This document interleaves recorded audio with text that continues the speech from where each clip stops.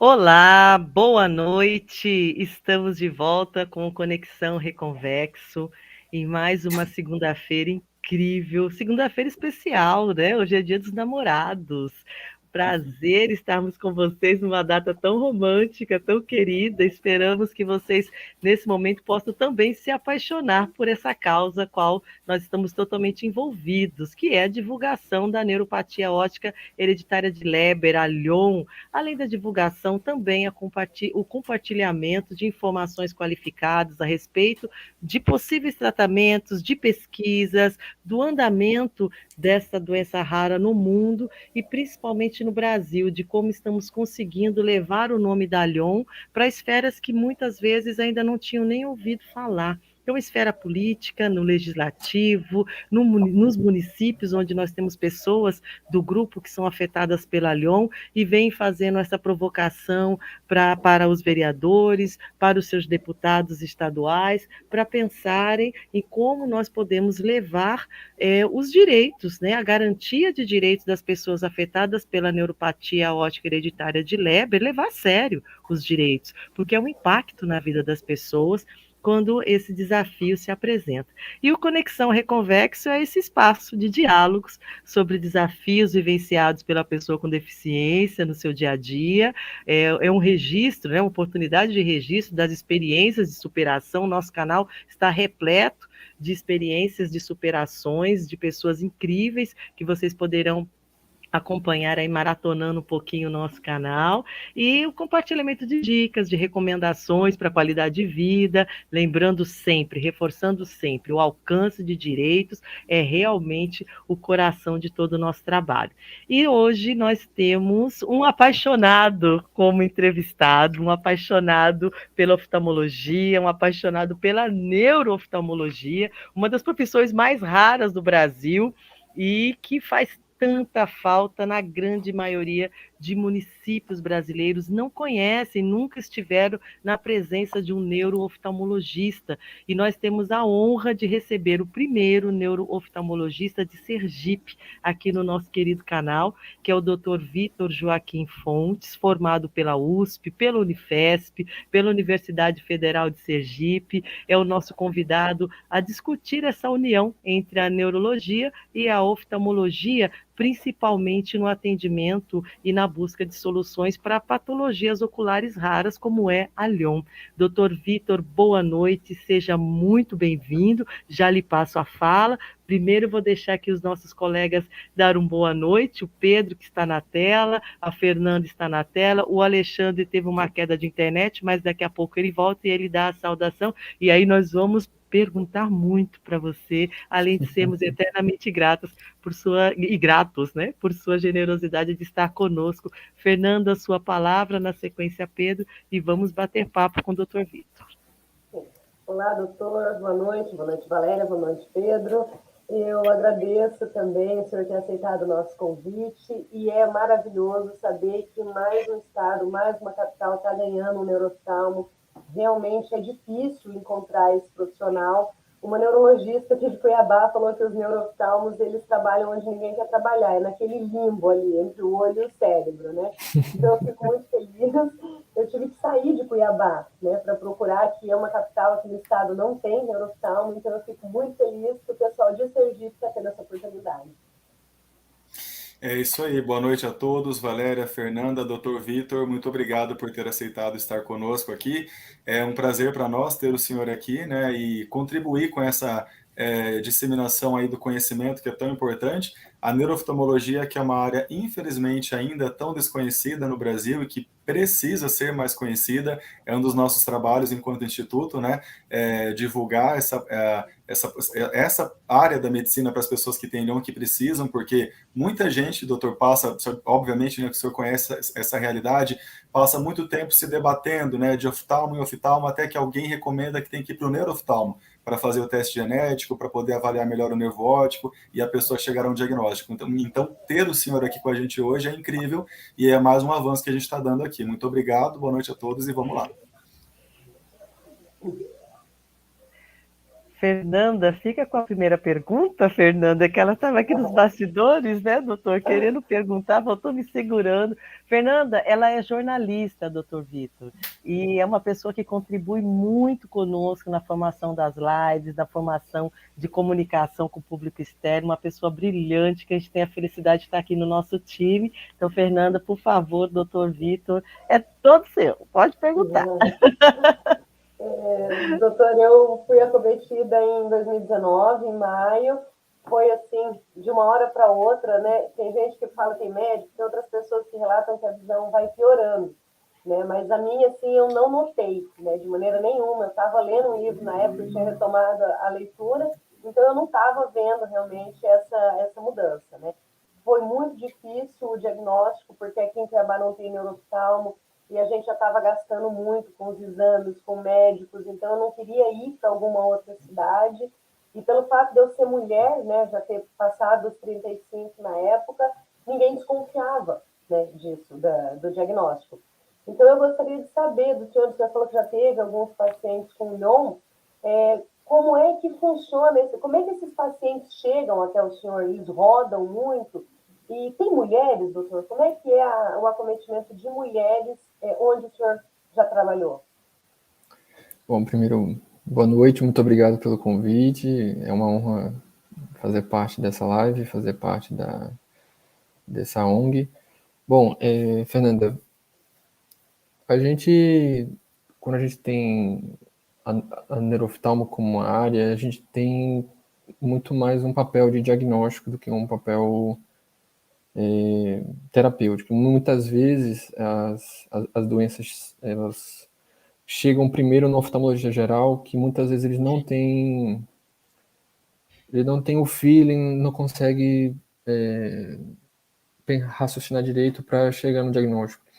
Muitas vezes a gente vai no oftalmologista para renovar óculos por uma irritação nos olhos, e é uma consulta muito direta. Ele vê a visão, vê a parte da frente do olho, muitas vezes alguns não veem nem o fundo do olho, e a neurooftalmo ela entra como um elo, né, das doenças do olho, tanto de via visual, quanto motricidade, quanto defeitos da pupila, com a parte do sistema nervoso central. Falando da sua pergunta da relação à epidemiologia, né, da neuropatia óptica hereditária de Leber, é muito mais comum em homem, mas infelizmente também tem mulher, 80% a 90% é homem, mas mulheres podem ter também a doença. Quando a gente tem, lá no ambulatório lá do nosso fellow da Unifesp, os poucos pacientes que apareciam, que não é uma doença tão comum também, é uma doença um pouco rara, a maioria dos pacientes que chegava pra gente era homem, né? E o que você contou é o que geralmente acontece mesmo. Tem o clássico, né, de livro, é uma doença rapidamente progressiva em um olho e tem um intervalo de semanas a meses para o outro olho. Sendo que em até um ano acontece essa piora de forma completa, né? E, enfim, no começo é muito difícil perceber, ainda mais como você é mulher e já não estava numa idade mais tão jovem, que o mais comum é de 10 a 20 anos, mas ela também pode chegar até a quarta década de vida. E nesse caso, eu não considero que seria errado eles não pensarem em Leber de primeira, porque pela epidemiologia a gente tem que descartar causas mais prováveis, né? Uma mulher meia-idade com uma neuropatia óptica, não sei se começou de um lado só ou dos dois, no caso da senhora, mas começando de um lado só, tem que descartar neurite óptica, né? Descartando neurite óptica, pensando em esclerose múltipla, teria que descartar também doenças infecciosas, e aí eu imagino que muitos pacientes que têm DON acabam tendo que fazer pulsoterapia, porque se comporta como uma neurite óptica no início, é muito difícil diferenciar. E tirando, claro, os efeitos colaterais de uma possível pulsoterapia, infelizmente é necessário, porque no início até os neurooftalmologistas vão ter que descartar isso, fazer exame de imagem, punção lombar, e a não melhora ou a evolução para outro olho, a idade, alguma história também na família, é tudo que vai fazer a gente pensar em diagnósticos diferenciais, aqui pensando na nefrite hereditária. Certo. Eu achei muito A gente tem aqui no grupo vários relatos de pessoas que passam pela pulsoterapia. E eu vou fazer a fala, né, de algumas pessoas que pediram para mim e outras que estão aqui no chat, pedindo para chamar atenção para isso. Por quê? Resumindo a fala dessas pessoas todas, a pulsoterapia, o efeito colateral dela para a neuropatia óptica hereditária de Leber, e isso é o que eu tenho percebido, não sou médico, mas que eu tenho percebido ao longo desses anos, por ser de tamanho impacto e irreversível, não seria o momento de um diálogo entre a neurooftalmologia e a oftalmologia para que esse método não seja adotado no caso de dúvida se é neurite ou não? Porque não tem volta, né? O uso do corticoide, nós temos aqui vários vídeos, inclusive, e nas nossas redes sociais como Instagram, e agora teremos uma conferência no dia 4 e 5 de agosto, onde nós estamos elaborando e pedindo que se dê formato a um protocolo de atendimento, evitando esse teste. Porque para a pessoa afetada a Lyon, nós estamos identificando, e o relato das pessoas nos levam a isso, que o dano é muito maior, o risco é muito maior, né? E aí eu fico com essa pergunta para você, se já existe em algum momento esse diálogo para que tenha um outro protocolo, no caso de dúvida de ser neurite ou de ser uma outra doença, já pode se estudar um outro protocolo, porque se não for neurite, não tem como voltar no tempo e reverter os danos do uso do corticoide para a pessoa afetada a Lyon, né? É porque é o seguinte, uma neurite óptica dificilmente vai chegar no consultório de um neurooftalmologista. A pessoa que tem uma neurite óptica, ela vai acabar indo no pronto-socorro. Muitas vezes o pronto-socorro não vai ter oftalmologista. Nem sequer oftalmologista. Então, a maioria das vezes é o neurologista. O neurologista que acaba abraçando esses casos, eles têm uma visão muito mais limitada do olho de diagnóstico diferencial. Para ele não pensar em uma neurite óptica assim no pronto-socorro, é muito difícil. Teria que vir... Ele primeiro teria que ter algum conhecimento a mais de oftalmologia. Ele teria que ser um caso redondo de a idade, jovem, sexo masculino, com história na família. Tem que ter um exame físico muito completo, examinar o fundo do olho, tem algumas peculiaridades no nervo óptico para pensar em Lyon. Então, eu acho que a ideia de criar um protocolo pensando em Lyon, ela é boa, mas ela é muito difícil na prática de ser aplicada. Até se o paciente for, por exemplo, para um pronto-socorro oftalmológico, com uma neurite óptica, aí falta a parte lá da neurologia também, né? Isso cai nos grandes hospitais, né, que tem pronto-socorro de oftalmologia, e eles acabam optando por excluir neurite óptica, excluir causas infecciosas, e no desespero, né, muitas vezes uma visão ruim, de uma progressão rápida, eles acabam pulsando. Não lembro de ter no protocolo exatamente no nosso Fellows de Lyon, né? A maioria das causas assim acabava fazendo pulsoterapia mesmo. É muito difícil criar um protocolo nisso no pronto-socorro. Muito difícil mesmo. Doutor, posso seguir aqui nessa mesma linha e fazer uma pergunta próxima disso que a gente vinha fazendo? A gente entende, né, até pelo tempo que a gente tem de convívio com a patologia e pela nossa trajetória de busca pelo diagnóstico, né? Eu tive uma trajetória de 3 anos e meio de busca pelo diagnóstico, a minha mutação não aparecia nos testes do Brasil, foi aparecer só fora, e com tudo isso a gente vai percebendo muitas coisas, e né, vai se dando conta de como que é essa realidade desse meio, né? E uma coisa que eu acho assim, o senhor comenta sobre a dificuldade, a gente entende essa dificuldade de distinguir a neurite da baixa divisão da Lyon, né, da lesão do nervo óptico pela Lyon, mas me parece também, não sei se o senhor concorda com isso, é uma pergunta que eu faço, que talvez exista uma cultura, né, de tentar o corticoide, ainda que existam indícios de que aquela pessoa não tem uma doença autoimune. Eu falo isso porque, no meu caso, os testes que eu fazia para doença autoimune davam negativo, inclusive aquele, o líquor, e vários outros lá, o MOG, sabe, aquele anticorpos Sim. anti-MOG, Uhum. e o próprio PCR que indica inflamação, os meus PCRs eram baixos. Eu fazia os exames de PCR por meses, vários meses seguidos, todos eles dando índices normais de PCR. Quer dizer, se o PCR estava normal, é porque não indicava inflamação. E se não indicava a inflamação, isso é uma coisa que poderia afastar a neurite, porque a neurite é uma inflamação, né? E mesmo assim me foi recomendado corticoide. Eu também fiz pulsoterapia, eu também tomei via oral. Então isso é uma coisa que para nós como pacientes, a gente entende, né, essa fala da dificuldade de distinguir uma coisa da outra, mas me parece que é uma cultura que a gente pode começar a caminhar para modificar, para que as pessoas não percam a visão que restou após o acometimento da Lyon, porque a gente tem relatos assim gravíssimos, né, de pacientes, por exemplo, que entraram num hospital para fazer pulsoterapia e a acuidade visual estava de uma forma, e após 5 dias de pulsoterapia, o paciente saiu do hospital pior.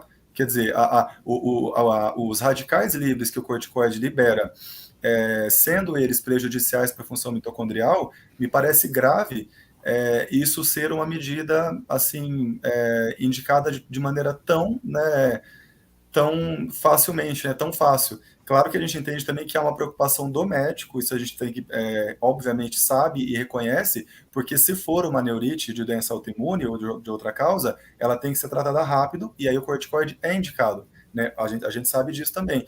Mas há indícios, né, como era no meu caso, havia indícios de que não era neurite. E mesmo assim a cultura do corticoide foi usada. Então isso é preocupante para nós como pacientes, né? Existe, inclusive, dentro da neurooftalmologia, muito neurooftalmologista que usam corticoide até quando a doença já demonstrou que não tem benefício em usar. Por exemplo, saindo um pouquinho aqui do tema de neuropatia óptica isquêmica, né? O paciente idoso tem uma isquemia do nervo óptico e algumas pessoas ainda têm uso de pulsoterapia, mas não tem evidência de que funciona. As pessoas, mesmo assim, não fazem. Alguns realmente fazem. Inclusive, neurooftalmologistas, é uma situação de impotência, né? Porque nesse caso da isquêmica não teria tratamento.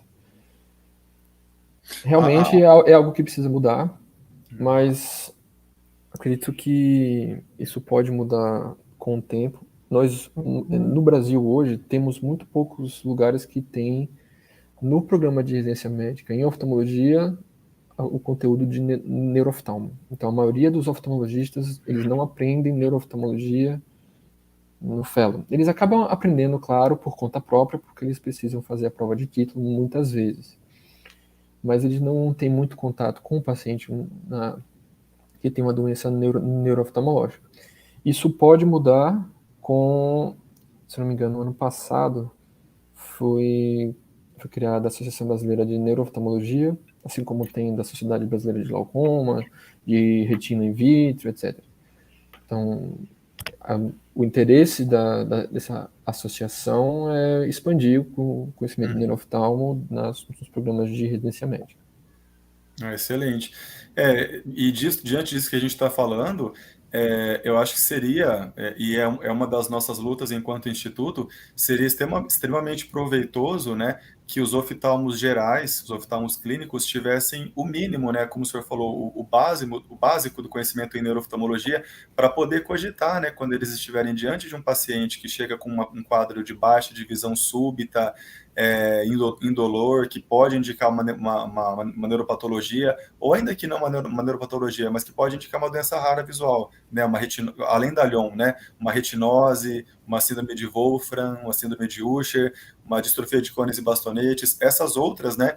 O que a gente sente, a gente que faz parte de grupos aí que está em contato com outras patologias, é a falta dessa desconfiança cedo, né? Me parece que vão desconfiar que é alguma patologia assim mais rara, às vezes depois de um ano, às vezes depois de mais de anos, né? A gente tem muitos relatos de pacientes que chegaram ao diagnóstico com vários anos, e isso é triste demais. A gente sabe que 3, não 4 anos para ter um diagnóstico, né?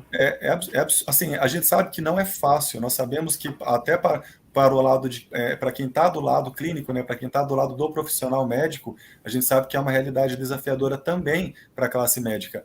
Mas algo tem que ser feito, né? Inclusive unindo esforços, né? Pacientes e médicos aí, ONGs, como é o nosso caso aqui, como a gente vem fazendo. A gente, assim, no nosso caso, a gente, justamente por causa de tantos relatos, de tanta dificuldade e desse cenário desafiador, é que a gente se empenha, né, para modificar isso. Não é fácil, mas a gente chegou num ponto, doutor, assim, que sem querer fazer um desabafo, mas já quase sendo, a gente já não está mais disposto a tolerar esse cenário de dificuldades, né? A gente quer avançar, né? E é por isso que a gente comenta que a suspeita de que poderia ser neurite não pode mais ser o requisito para que a pessoa tome um remédio que pode prejudicar e até tirar a acuidade visual que restou, né? Isso é extremamente grave, né? Sim, Mas isso da falta de neuroftalmo nos programas de residência médica é um problema de anos. Acredito que isso esteja diminuindo, né?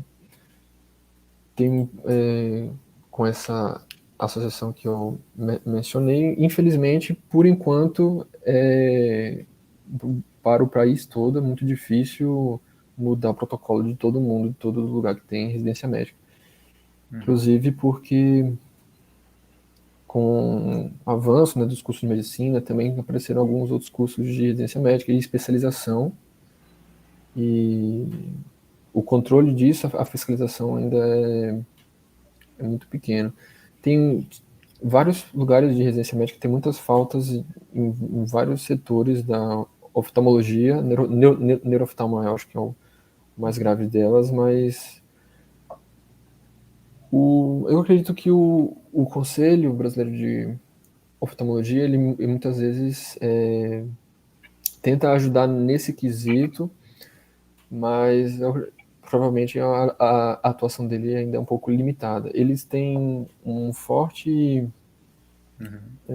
setor jurídico, eles atuam muito contra optometristas, né, que também acabam prejudicando o exame oftalmológico completo para essas doenças, não só além dos óculos, porque nos outros países, né, acabam que tem muito optometrista. No Brasil a gente sempre fica nesse impasse e, enfim, é uma batalha assim longa que a gente tem que sempre trilhar ela, mas sem baixar a cabeça mesmo. É isso aí. Exato. É isso aí. Doutor, o que eu noto, não só comigo aconteceu, mas em outros relatos também, é a falta dos oftalmologistas enfatizarem o trabalho do neurooftalmo. Porque fica assim, eu não sei mais o que fazer, eu ouvi isso, não adianta você voltar no meu consultório que eu não tenho o que fazer. Não sei se você vai ficar cego ou não, mas aqui eu não tenho o que fazer, né? Acho que já era o quarto ou quinto oftalmo que eu estava indo. E só foi e ficava assim, vai para o neurologista, aí vai investigar uma doença autoimune, enfim, né? Eu passei em vários profissionais também para fazer as investigações, mas foi só uma neurologista, quando apareceu a palidez nervótica, que ela foi muito enfática. Ela falou, aqui em Cuiabá você vai ficar rodando e você não vai achar o seu problema, vai para alguma cidade que tem um neurooftalmo para você resolver isso. Então, eu acho que falta um pouco dos oftalmologistas darem esse chacoalhão no paciente. Se a gente não está achando, vai para o neurooftalmo, que é mais específico que um neurologista, se o neurologista não está achando o problema. Eu quero aproveitar, inclusive, a fala da Fernanda para nós respondermos algumas perguntas que estão aqui no chat, né? E aí é muito conceitual, doutor Vitor, e penso que é uma oportunidade de nós dizermos para as pessoas o que é um neurooftalmologista, o que faz, o que observa, como trabalha, né? Até para as pessoas por si serem o próprio movimento em causa própria e dizer, não, eu vou procurar um neurooftalmologista, ou até mais, vou me unir porque, pela Constituição, nós temos a garantia de um atendimento pleno para a nossa saúde. Cadê o neurooftalmologista da minha cidade? Então, a pergunta que eu transfiro para você, o que é um neurooftalmologista, o que faz o neurooftalmologista e como se chega nessa profissão? Bom, o neurooftalmologista, ele fez faculdade de medicina, depois ele fez residência médica em oftalmologia, e depois ele fez uma subespecialização, que a gente costuma falar de fellowship, né?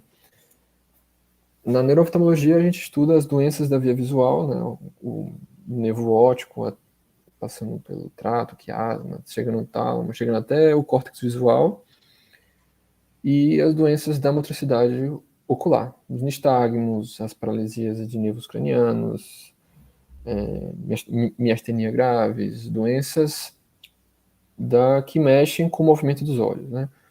E também algumas desordens da pupila, que a gente sabe que muitas doenças neurológicas ou oftalmológicas têm alteração de pupila. Uma está maior que a outra, uma não reage à luz, a outra reage, mais no escuro, mais no claro. Qual é a causa? Em que parte da via visual que está o problema? O neurooftalmologista, ele tenta separar qual é o lugar da via visual que está o problema e depois ele tenta identificar a causa. O neurooftalmologista ele sempre tem que estar de mãos dadas com o neurologista. Muitas coisas a gente tem que ter um acesso multidisciplinar aqui. Muitas vezes terapia ocupacional, visão subnormal, aconselhamento genético, etc. E você, como você foi parar nessa profissão? O que te levou a se apaixonar? Hoje é Dia dos Namorados, né? Então vamos para a expressão. O que te levou a se apaixonar pela neurooftalmologia? Bom, na faculdade eu me interessava no segundo período a gente tinha uma matéria de neuroanatomia. Eu gostava bastante da matéria, apesar de ter uma professora um pouco mais rigorosa. E acabou que eu já tinha alguma ideia de que eu queria ser, na verdade, oftalmologista, né? Meu pai é oftalmologista, a gente acabava conversando muito sobre isso. Eu via na oftalmologia, eu queria fugir um pouquinho da clínica, de hipertensão, diabetes, queria fugir das doenças do coração, queria algo mais específico. E eu sempre fui paciente do meu pai, né? Eu sempre tive óculos, né? Eu tô de lente de contato aqui, mas eu uso óculos, eu ia nas consultas e eu via ele como uma inspiração. Eu acabei optando pela oftalmologia. A neurooftalmologia em si veio depois, quando eu estava tentando decidir qual a área que eu faria. Eu sabia que eu tinha um interesse também por glaucoma, e me veio muitas vezes me veio a notícia de que tinha um fellow que tinha glaucoma e neurooftalmologia na Unifesp. E aí foi um estalo e eu ainda unia a ideia de que não tinha em Aracaju. É uma cidade que precisava, um estado, né, que precisa, o estado de Sergipe precisa de neurooftalmologia, e eu acabei optando por isso. Doutor, e um acréscimo a essa pergunta, o senhor sabe dizer, assim, pelo menos uma média, não em números, mas assim, eu imagino, pelo que o senhor está falando, que não são muitos os locais do Brasil, não são muitas as universidades que oferecem esse fellow em neurooftalmologia, né? São poucos, eu imagino? São poucas universidades? São poucos. O número exato eu não vou conseguir te passar, mas Eu acho que, se eu não me engano, eu lembro que eu tinha um chefe lá no Unifesp que parece que ele é o presidente da Associação Brasileira de Neuroftalmologia. E ele tinha comentado isso em alguma reunião. Eu acho que não chega a 20 lugares, né? Caramba, pro Brasil Nossa. Não inteiro. chega a 20, o Brasil Olha inteiro. só. E é muito mais concentrado sul-sudeste, né? Uhum. Os Tem lugares regiões que não devem contar com um fellow como esse, infelizmente, né? Sim, exatamente. Não conta com o fellow e o residente, o oftalmologista geral, acaba não tendo contato também. Isso, né, vai ao encontro do que a gente verifica, né, na realidade, a falta dos profissionais, né, em função dessa também falta de formação, né, falta de oferta disso, né, do curso, né. Sim, com certeza. E muita gente também não procura. Tem muito oftalmologista, a maior parte deles acaba fazendo uma subespecialização em catarata, retina, São mais glaucoma comuns, né. mesmo. São áreas mais comuns que tem muita demanda também, né? E aí Uhum. acaba que as pessoas ficam direcionadas para essas áreas. Entendi. A gente sempre acaba pensando muito nas doenças raras, porque é o impacto que nós temos nas nossas vidas, ou sendo por ter grandes amigos, que é o meu caso, né, afetados por doenças raras, ou por quem tem familiares, ou pelas próprias pessoas que estão nos nossos grupos, na nossa convivência. Pensar em doenças raras. Hoje nós temos uma lei de doenças raras, né, uma lei federal de doenças raras que garante aí uma série de atendimentos e de possibilidades de alcance de qualidade de vida, mas ainda assim sempre fica, doutor, isso eu vou falar como um desabafo, sempre fica com a impressão de que há, na verdade, uma subnotificação de muitas doenças que são consideradas raras, né? Raros para quem? Né? Será que é raro realmente? Ou nós ainda não temos uma metodologia efetiva de mapeamento dessas afetações que estão pelo Brasil afora, que é um país continental, e aí isso dificulta, inclusive, essa motivação por essa profissão, uma motivação por grupos de pesquisa, né? A Unifesp é um grande exemplo na área de pesquisas da Lyon, né, onde uma das famílias que nós temos maior carinho dentro do nosso grupo, que é a família da Dona Odete, foi pesquisada, né, autora do livro Uma Herança de Sangue, e que foi pesquisada pela Unifesp, e acredito que ainda tenha grupos de estudos ainda, mesmo não com a mesma potência de produção de informações e conteúdos e etc., mas ainda continua, mas vem de lá, né, dessa família, uma família lá nos rincões do Brasil, mas lá para o sul, né, do Espírito Brasil, Santo, né? Espírito Santo, desculpa, lá para o Espírito Santo, verdade, para o Espírito Santo, e que tem uma afetação, assim, um número gigantesco, né, Me parece que é a maior família Lyon do mundo, né, identificada, né? Acho que são mais de 200 pessoas com o gene, né? E então essa expressão de raros e essas profissões que são pouco procuradas porque as outras acabam ganhando mais visibilidade, talvez nós poderíamos aí reverter isso com campanhas dentro das universidades. Será que isso seria uma saída, uma mobilização da própria sociedade afetada, né, que já é identificada como afetada? Nós poderíamos contribuir para que as universidades começassem a pensar no assunto. É porque eu sempre gosto, eu sou gestora de políticas públicas, eu gosto de sair com um plano de ação, né, com encaminhamento. O que a gente faz? Porque senão a gente fica nessas terapias aqui, a gente fala, semana que vem volta e assim, o que a gente está fazendo para mudar o cenário? A gente tem amigos que não têm voto. Temos um vídeo agora recente que vai subir para as nossas redes sociais, do Nicolas, um beijo, Nicolas, que faz uns vídeos, uns TikToks maravilhosos, afetado pela Lyon muito recentemente, e ele fez agora um vídeo falando, olha, eu estou falando do corticoide,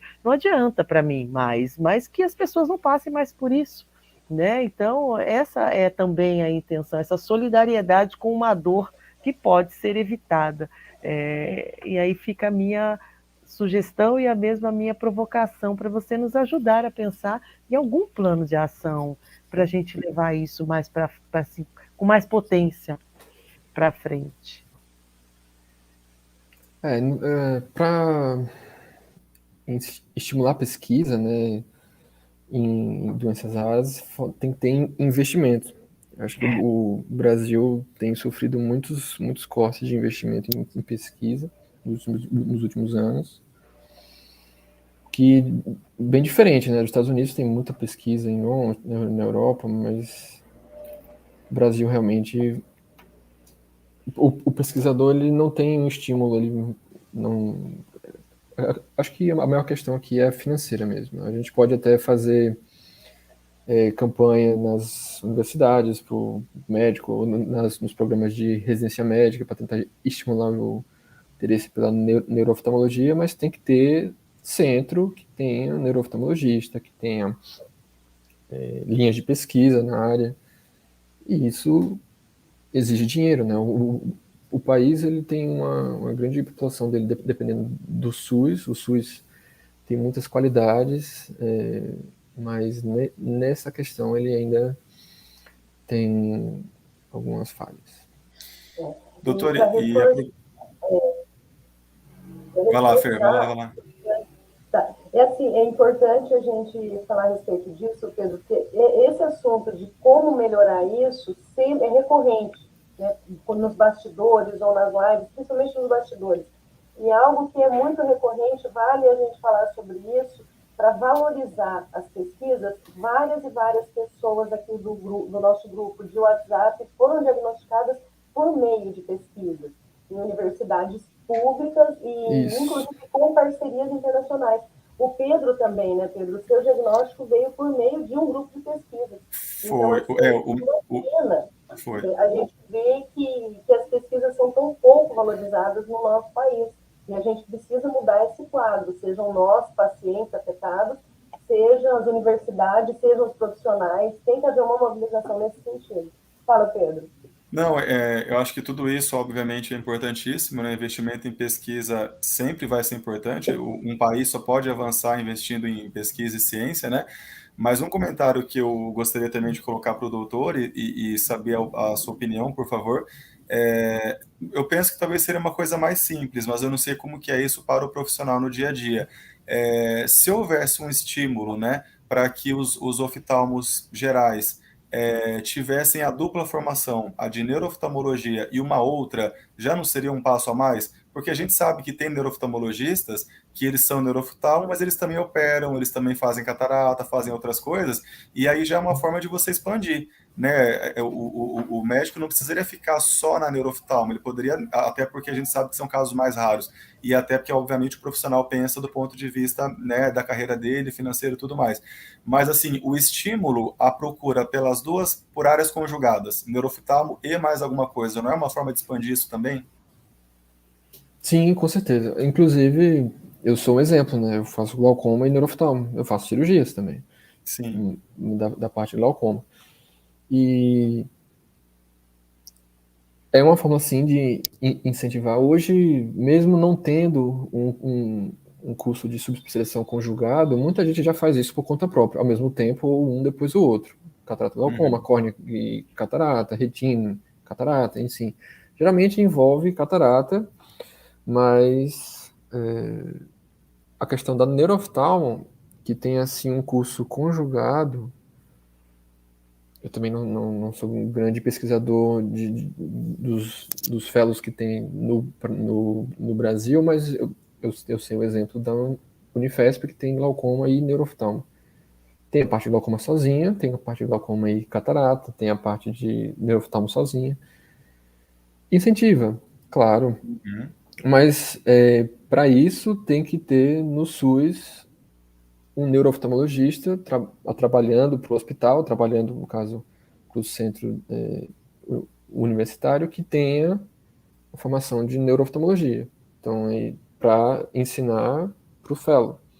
Uhum. E não é tão fácil encontrar neurooftalmologista, ainda mais que tenha essa, essa forma de o SUS abraçar ele e colocar ele como formador. Aí a gente volta no ponto que a Valéria estava falando, né, que são as políticas públicas. Eu acho que vale a pena a gente falar e pensar, né, quem sabe nós mesmos, enquanto instituto, enquanto ativistas aqui da causa, incentivar o nosso poder público a promover a criação de programas que incentivem esse tipo de dupla formação, né? Porque a gente sabe que naturalmente é um caminho difícil de ser procurado pelo profissional e a gente entende que até pelas dificuldades, afinal não é fácil o profissional buscar essa formação que é complexa, né? Mas se houver incentivo do nosso governo, né, isso pode ser um caminho para que mais profissionais se interessem por exemplo, como o caso do senhor, ter o glaucoma e a neuroftalmologia, ou sei lá, né, um retinólogo que também é neuroftalmologista, né? Eu acho que é uma questão também de pensar em políticas públicas que incentivem, né, o profissional a ir para esse caminho, para espalhar pelo país, que é o que a gente precisa, né? Ter mais profissionais que tenham conhecimento em neuroftalmologia. E não precisa ser exclusivo em neuroftalmologia, pode ser também em neuroftalmologia. Já facilita. Travou aqui. Mas, já facilitaria bastante, né? Eu acho que espalhar profissionais pelo país com duplas formações aí, né? Neuroftalmo mais uma já seria bem interessante, né? Com certeza, com certeza. Falta políticas públicas para isso, mas provavelmente é o caminho com mais chance de ter bons resultados, né? O SUS ele pode ser o grande motivador de tudo isso, né? Dessa mudança. Porque o SUS ele atende o Brasil inteiro. Então, se ele começa a demandar por esse profissional, ele acaba movimentando, vou chamar de mercado, tá? Ele acaba movimentando esse mercado, né? Onde serão produzidos esses profissionais e serão colocados aí à disposição para esse atendimento, né? E é o SUS também que forma, né? A maioria dos oftalmologistas e os cursos de fellow também são do SUS, né? Ou então atende pacientes do SUS com algum programa, alguma parceria com um hospital privado particular, né? E essa questão que a gente está comentando de repente a gente passar a ter mais oftalmologistas que tenham, usando esse termo, né, a dupla formação de retinólogo, né, glaucoma e também neuroftalmo, eu acho que no Brasil me parece que a gente tem um ponto que talvez contribua para isso, um ponto que favoreça isso, né? E esse ponto que eu quero mencionar é a partir de um dado recente que eu ouvi, que eu achei bem curioso, bem interessante aqui para o nosso meio, para o nosso canal, que é um dado que diz que o Brasil é o segundo país do mundo com a maior concentração de oftalmologistas por habitante, só perde para a China. Quer dizer, a gente tem muitos oftalmologistas no nosso país, o que é bom, graças a Deus, que bom que temos essa concentração de oftalmologistas, mas se temos esse número expressivo, né, talvez isso seja até um facilitador de dar um incentivo para que parte desses oftalmos se interessem pela outra formação. Né? E aí tem essa dupla formação, retinólogo e neuroftalmo, glaucoma e neuroftalmo, e aí vai, né? Eu acho que a quantidade de profissionais oftalmos já é um facilitador que nós temos, né? É a questão da gente dar um empurrãozinho no nosso governo, e a gente, enquanto instituto, já estamos, né, nos habituando a dar empurrãozinhos no bom sentido, né? Colaborar com o nosso governo. Tá, a gente empurra para frente, viu, doutor Vitor? É para frente. É para avançar, né? Para avançar. Tá aqui mais uma luta que a gente já começa a vislumbrar aqui para nós, doutor. É isso mesmo, é isso mesmo. Então, vocês costumam pressionar Congresso, Câmara para sim. botar projetos? Nós tivemos dialogamos. Dialogamos, vamos chamar de diálogo. Mas, e nós conseguimos recentemente, né, a primeira política municipal, né, depois de uma PL que nós participamos da redação, da motivação e provocação para que ela existisse, mas também da redação. Então, Maringá tem a primeira lei municipal de reconhecimento, né, de doenças oftalmológicas raras, neurooftalmológicas. De origem genética, né? De origem genética, desculpa, me faltou uma frase. De origem genética, e agora estamos com uma PL no estado do Paraná também, que vai seguir para votação. Desculpa, atualizando aqui já todo mundo, foi aprovado semana passada, pessoal, logo lei estadual. Que bonito, né? Ele dá notícias assim, ele diz assim, gol, foi mais um gol. Faremos uma live sobre isso, você está convidado, doutor Vitor, para acompanhá-la.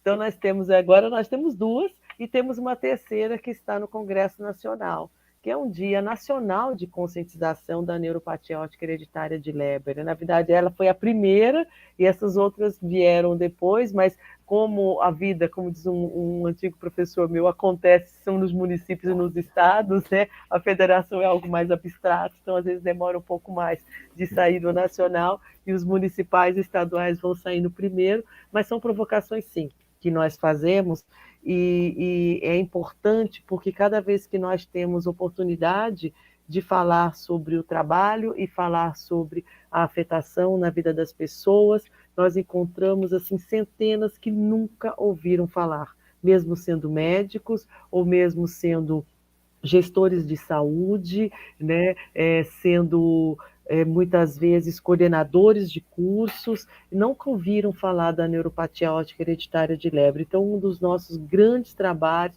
é dizer, olha, existe e merece a nossa atenção.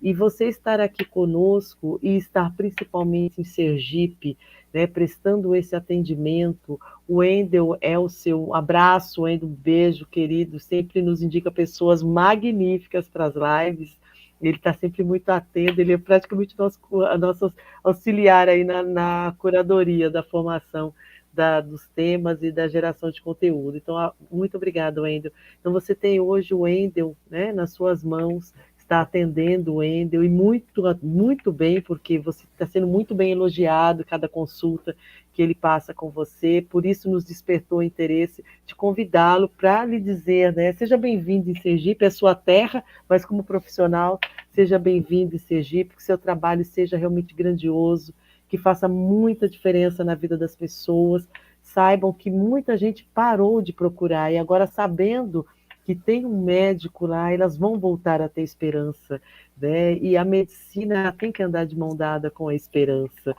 a ciência tem que andar de mão dada com a esperança, né? E a alegria de viver depende muito da esperança. Então, você está nesse estado, né, um estado pequeno em comparação com o restante do Brasil, mas está fazendo história, e que essa história seja muito promissora, seja muito positiva e próspera. E nós estamos nos encaminhando para o final da live.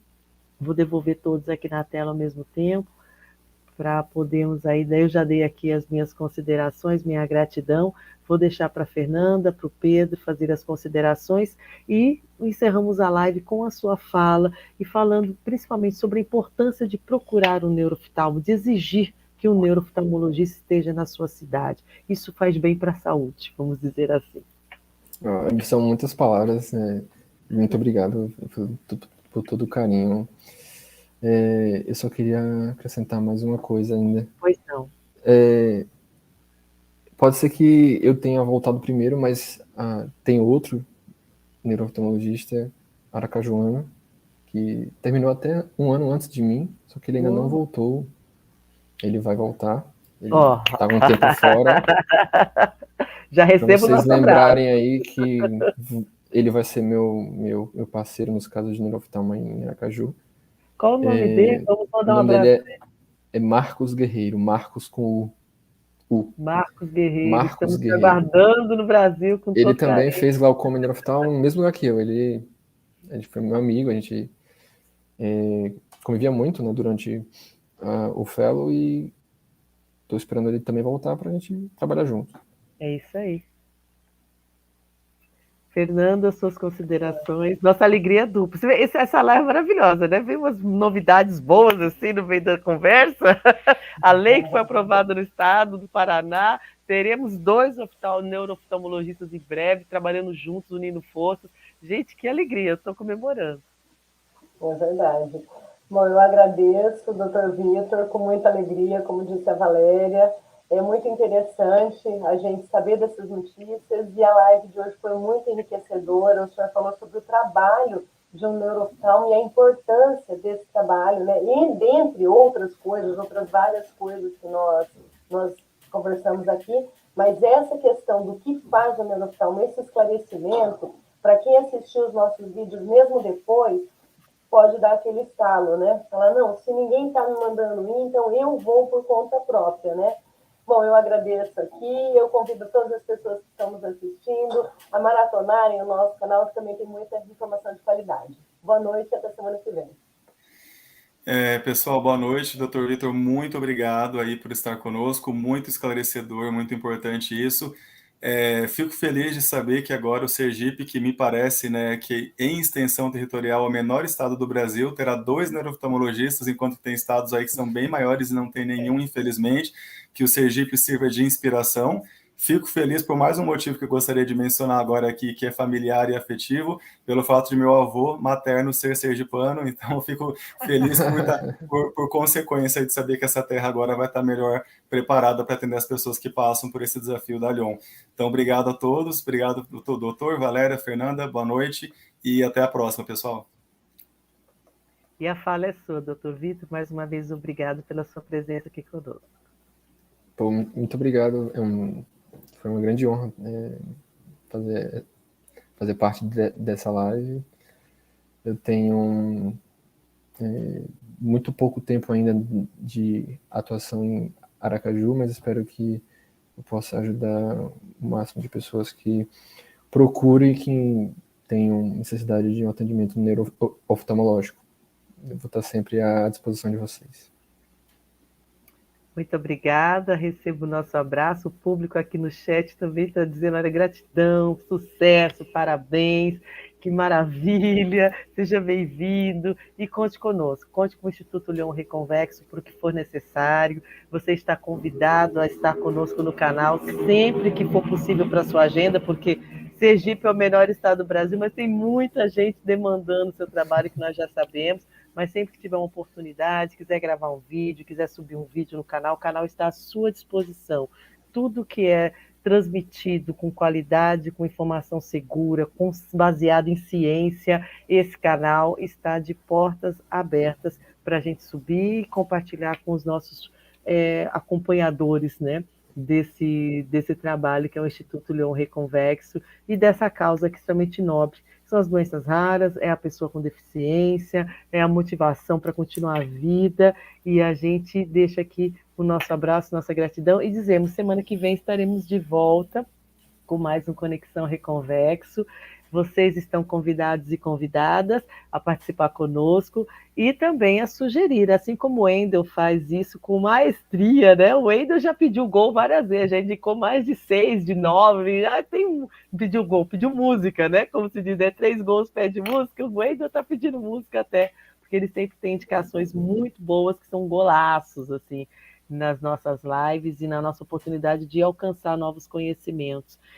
Você que está nos assistindo, que nos acompanha, que nos ouve, nossas redes sociais também estão abertas para que você possa se manifestar, possa indicar pessoas para fazer parte das lives, para ser entrevistado, possa se colocar também à disposição. Olha, eu quero também ser entrevistado, quero levar a minha história, quero compartilhar com as pessoas a minha vida de pessoa afetada pela Lyon. Você também é muito bem-vinda e muito bem-vindo para isso também. Então, um forte abraço, até semana que vem.